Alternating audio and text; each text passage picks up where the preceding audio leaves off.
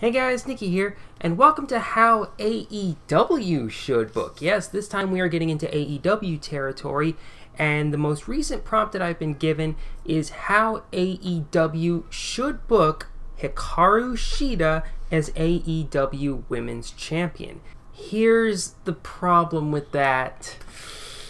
I don't think Hikaru Shida is going to be AEW Women's Champion for very much longer. I think Britt Baker is really starting to get going, and once she returns from injury, I think that they're going to put that women's title on her very quickly. So I had to kind of make a little bit of a workaround, but I think that this would work. So here's how I would book Hikaru Shida as champion.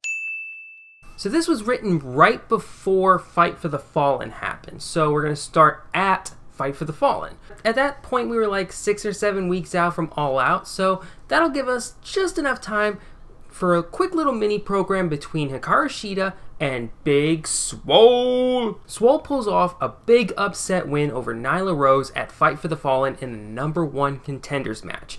And Shida and Swole fight for the title on an episode of Dynamite in early August. Swole gets on a roll, hey that rhymes, and near the end, she tries for Dirty Dancing. But when Swole ripcords Shida, Shida lifts up her knee and Swole just eats it. Later on, Swole tries again, but this time Britt Baker throws a water bottle at her from ringside. This momentary distraction lets Shida duck the elbow strike, boot her in the gut, and plant her with the Falcon Arrow. Thanks for playing Swole. Swole goes to beat the crap out of her, but Baker swings her crutch at her and drops her before stepping out of her Rolls Royce, removing her knee brace, and stomping a mud hole in Swole. Hey, more rhymes. So that sets up Baker versus Swole at All Out, but who's facing Shida? Well, Nyla Rose attacks Shida backstage, so it looks like she's gunning for that spot, but someone comes out to make the save, and that someone is Riho, making her first AEW appearance in months. She blasts Nyla out of the shot with some flying knees that send Nyla into retreat. Shida thanks Riho, but Riho simply says, "Don't thank me yet." Grabs the women's title off the ground before slowly handing it to Shida before walking off. This leads to a triple threat at All Out between the 3 women who've held the AEW women's title. Shida versus Riho versus Nyla. These 3 have all had terrific matches with one another, so putting the 3 of them together just seems like a no-brainer. At the end, Shida hits a Falcon Arrow on Nyla, with Riho providing a double stomp. They roll Nyla out of the ring, and Shida and Riho go back and forth for a couple more minutes before Shida pops Riho with a Shining Wizard for the 3 just as Nyla starts to stir. Shida escapes with the gold. Also at All Out, Britt defeats Swole, but after the match, Britt keeps beating on Swole, and multiple referees have to come to separate them. And one of them is Aubrey Edwards, who Britt punches in the face, still blaming her for her role in Britt's injury. Britt walks away satisfied, but gets slapped with a 2-week suspension. On the next Dynamite, Anna Jay starts getting into Shida's business, popping up wherever Shida happens to be. The Dark Order is watching her. After Shida dispatches Jay in a non-title match on Dynamite, Britt returns and calls out Shida, saying, "I would have been champion for more than a year now if it weren't for you injuring me." Her injury would have happened at less than 6 months ago at this point. So Britt wins a #1 contenders match against Riho, and they have a match set in 2 weeks. And then on an episode of Dynamite in early October, Britt, with a little bit of help from Reba, bests Shida and wins the AEW Women's Championship, ending Shida's reign at about 4.5 months. After the bell, though, Baker isn't done. She tosses Shida into the ring post, messing up her shoulder in the process. Afterwards, Britt doesn't wrestle a lot since her knee may not be 100% yet, but she still shit-talks every member of the women's division. Faces, heels, no one is safe. She is just ruthless on the mic, but as soon as someone comes out to confront her, Britt legs it. And the first person to fight back against Britt is Shanna, who gets a non-title match with her. Shanna looks strong, but Baker still gets the win, before Shida reemerges 3 weeks before Full Gear. Baker agrees to a match with Shida, but they'll be on her terms, and Britt demands a submission match. Britt's logic is this: I have a submission finisher, Shida doesn't, I'm a genius. Someone give me a medal for how smart I am. Shida agrees to her terms, knowing something that Britt doesn't know. At Full Gear, Britt just attacks Shida's head and neck so that she can really inflict the pain for when it comes time for the lockjaw. Shida, on the other hand, goes for Britt's injured knee. Commentary may not see this as softening up her leg for a submission, but instead just going for Britt's big glowing weak spot. But after about 12 minutes, Shida finally breaks out her ace in the hole. She grabs Britt's leg, puts it over her own neck like a scarf, and puts Britt in what Shida calls the full metal muffler, also known as the stretch muffler, also known as the Brock Lock. This is one of my favorite submissions in all of wrestling. Shida's used it before, and it just so happens to target Britt's weak spot. That is why she agreed to this match. Shida puts it on once, and Britt screeches in pain, flailing towards the ropes, which she reaches. Suddenly, Britt's panicking and screaming, "What the hell was that?" Shida grabs her, drags her back to the center, all while Britt's screaming like she just got bit by a shark. And Shida locks in the full metal muffler again. But then, once again, Reba comes to the rescue. She runs in and clocks Shida in the back. Remember, the only way to win a submission match is by submission, so no DQ. Shida knees Reba clear out of the ring, but Britt grabs Shida, hits the neck breaker, and gets in the lockjaw. Shida taps. Shida's furious, but she doesn't do anything out of the ordinary. Not yet. After this, these two women go in different directions. Shida has to change some things up, so she doesn't speak a whole lot, she engages a little less on the crowd, and focuses on just racking up those all-important wins on Dark and occasionally on Dynamite. Britt, on the other hand, is more bombastic than ever. Her mouth never stops running, and she makes sure everyone knows how much she's accomplished, despite the fact that the company has it out for her. And then she opens her big mouth just a little too much, and says that it doesn't matter who she faces next, she could beat them all anyway. Not long after that, Tony Schiavone gets the honor of reporting that Tony Khan will make her back up her talk. At Revolution, she'll face the three women that Britt claims are responsible for her injury: Nyla Rose, Hikaru Shida, and a returning Kris Statlander. At first she tries to back out of it, but that doesn't work. The match is already set, so all Britt can do is what she does best, screaming at Tony Schiavone about being a conspiracy victim. In the build to Revolution, Shida does take a loss to Nyla Rose to both build up Nyla and make it seem like Shida is the least likely person in the match to win. I mean, Nyla is a destroyer and could win anything if she kept her anger in check. Britt's on the run of her life and could always cheat her way to victory. And Statlander is returning from injury and will be the crowd favorite. Meanwhile, Shida is just kinda there to complete the story of the match. This is by design. So the match at Revolution is built around the raw strength of the three challengers. Nyla, Stats, and Shida are among the strongest women in AEW, and while Britt is no slouch, she decides to let these three go to town on each other and hang out on the outside with Reba. Anytime someone gets close to her, Britt throws Reba at them and runs. About 15 minutes into the match, Nyla goes, "You know what? I haven't put someone through a table in the last 5 minutes. Let's change that." So she pulls out a table and powerbombs Statlander through it. 4-way, no DQ. Shida sees this and decides to bring some weaponry of her own to the party and pulls out her kendo stick, which she just wears out on Nyla. Nyla takes like 20 or 30 strikes from this thing and she's left a bruised and bloody mess.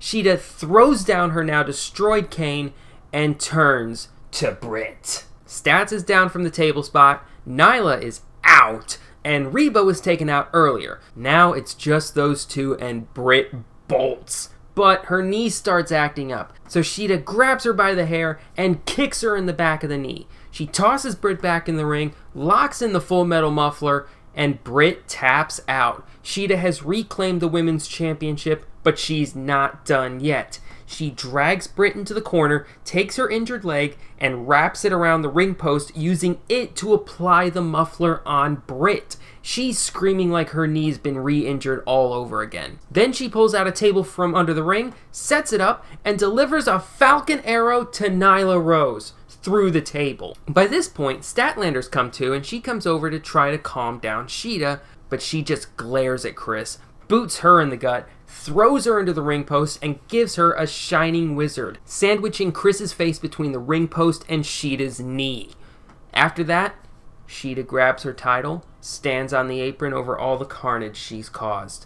To her left is Statlander, knocked out from the knee strike. In front of her is Nyla, still reeling from the kendo sticks in the table, and to her right is Britt, being attended by the doctors. Shida is war, Shida is death. The following week, Nyla Rose is fuming! She wants Shida's head, but Nyla isn't medically cleared. And Nyla goes, I don't care about medical clearance, I just want to tear that bitch apart!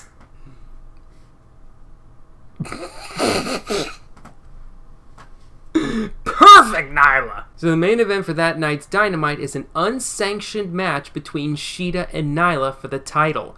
This match is about as brutal as it sounds. Both women tee off on one another with kendo sticks and tables. At one point, Nyla just straight up picks up a table and swings it at Shida like a baseball bat. Shida ends up getting the window after placing Nyla in the corner with a chair in front of her and kneeing the chair into her.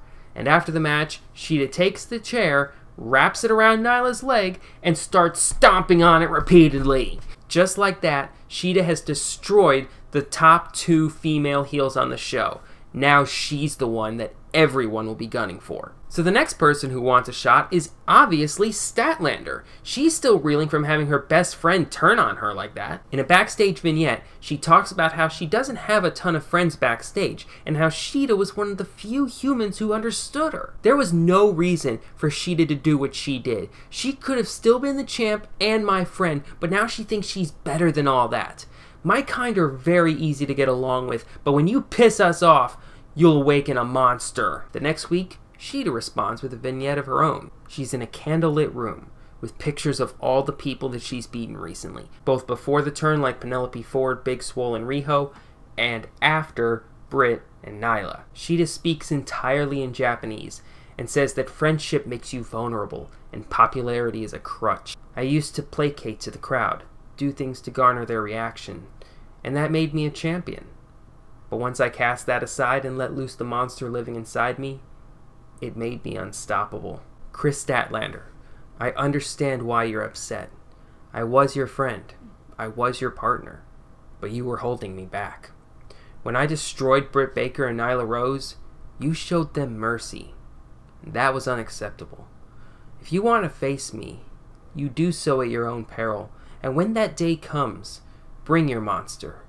You'll need it, and anything else you can bring to fight mine. Over the next several weeks, Shida just destroys the women of the lower card. Allie and Brandy Rhodes get absolutely throttled in consecutive weeks, along with jobbers every so often. Statlander earns the #1 contendership and reminds Shida before Double or Nothing that in her very first singles match in AEW, Stats beat Shida. Shida responds in an interview, in Japanese translated by Michael Nakazawa, that was not the same Shida. At Double or Nothing, Shida attacks Statlander during her entrance and lays the boots to her throughout the match. Shida is coming at her with everything she's got, but something holds Stats back. Maybe part of her doesn't want to fight Shida like this, but Shida has no such reservations and holds the early advantage.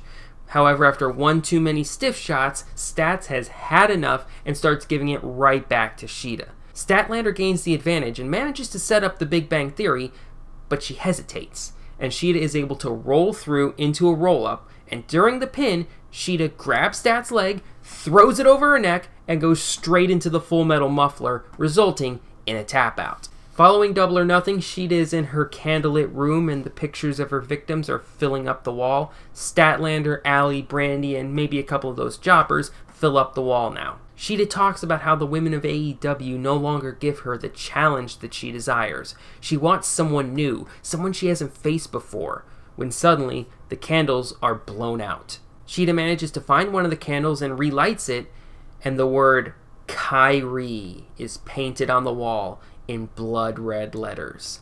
2 weeks later, Kairi Hojo, formerly known as Kairi Sane, makes her AEW debut, and she immediately sets her sights on Hikaru Shida. And yes, she's dressed in her pirate princess getup. Meanwhile, Shida keeps up her winning ways with a strong win over Diamante and heads into All Out with all of the momentum in the world. Hojo provides Shida with her toughest challenge, and this forces Shida to get more dastardly. She manages to blast Kairi in the ribs with her kendo stick after a ref bump and gain the advantage, locking her in the Full Metal Muffler and a tap out. After her win, she once again retreats to her candle room to talk about how dominant she is. By this point, she'll have been champion for 6 months, which would be the longest AEW Women's Championship reign to this point. Shida talks about being unstoppable and whatnot, but while she's talking, you see 2 eerie-looking eyes in the darkness. One is red, one is white. Shida never notices this, but maybe someone on commentary sees the eyes of Abaddon in the background. Shida finds out eventually, and they do have a match. Last time these two met was on an episode of Dark, and Shida was freaked out by Abaddon, but no such fear remains. When Shida applies the muffler, Shida cranks on Abaddon's leg so hard that you hear a nasty snapping sound. Maybe this match should happen on Dark so that they can dub it in, but make it seem like Shida has snapped Abaddon's leg in 2. I mean, she's already undead, so her bones are presumably more brittle, and it would put the move over as a bone breaker. Plus, Abaddon can still, hobble around in her matches. I mean, she's a zombie. You have to go for the head with her. With Full Gear coming up, Shida wants someone new, someone she hasn't beaten and put on her wall yet. So she organizes a big battle royale featuring all the people she hasn't beaten yet, which, by this point, is not a lot. She's run through just about everyone. So in this match, there's Ivelisse, Emi Sakura, Yuka Sakazaki, Bea Priestley, Shoko Nakajima, Shana, and a few others. But the big reveal is the return of Awesome Kong. There are 8 million ways to die, and she's one. She's the last person in, and she grabs everyone's attention. As soon as the bell rings, all the women swarm her, but she throws them all off and immediately eliminates Christy Janes. She makes 1 or 2 more eliminations, but eventually the crowd get her to the ropes, and after a lot of work, manage to just get her out. But from there, it's a pretty standard battle royal. Bea Priestley and Jamie Hayter get a good run, eliminating a few people each. Ivelisse looks like a total badass and gets a few as well, but she's eliminated late, leaving a final 2 of Bea Priestley and Yuka Sakazaki. Priestley throws around the smaller magical girl, but Hayter accidentally hits Bea instead of Yuka, and Yuka takes the advantage, chucking her out of the ring. Yuka wins a title shot at Full Gear, and we all win because we get to hear her theme again. But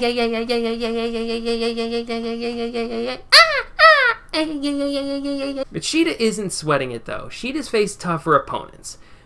But at Full Gear, Yuka gets Shida on the ropes early. Yuka's a speedy little thing and gets the early advantage on Shida. But after Shida starts taking Yuka seriously, she bludgeons Sakazaki, and despite a couple of really close pinfalls, Shida gets another big victory. By this point, a lot of people are trying to get back into title contention, and a big gauntlet match is set up, which is won by our favorite alien, Chris Statlander. A contract signing is scheduled, but Shida no-shows it, instead showing up on the big screen, or as I like to call it, the Contron. Shida has no desire to face someone she's already bested, but she gives Statlander a challenge. Beat 3 women of my choosing, the 3 women who gave me my best challenge. If you beat them all, I'll give you another chance. Statlander agrees and signs on the dotted line. Next week, Statlander's challenge begins with Britt Baker, the person who took Shida's title back in 2020. Stats and Britt have a competitive match, but Stats gets the win. Next is Nyla Rose, the last person to pin her about a year ago prior to Revolution 2021's Fatal 4-Way. But she somehow manages to lift the big gal up and drop her with the Big Bang Theory to the amazement of the crowd. Finally, the only person who's given Shida a satisfying challenge during her title reign, which is going on a full year by now, Kairi Hojo. Statlander and Hojo, who have been friends for a little bit now, put their friendship to one side and beat the high hell out of each other. Kairi's ranked number 2 right now, so a win over number 1 Statlander could put her in the driver's seat. But Statlander completes the challenge, besting Hojo. However, Shida has one more term for this match. She wants a last woman standing match. That way, when Shida beats Statlander again, maybe this time she'll stay down. Statlander agrees and the match is set. Also, the hype around this match could be really big, with Shida's 1-year title anniversary coming up, plus the stipulation involved.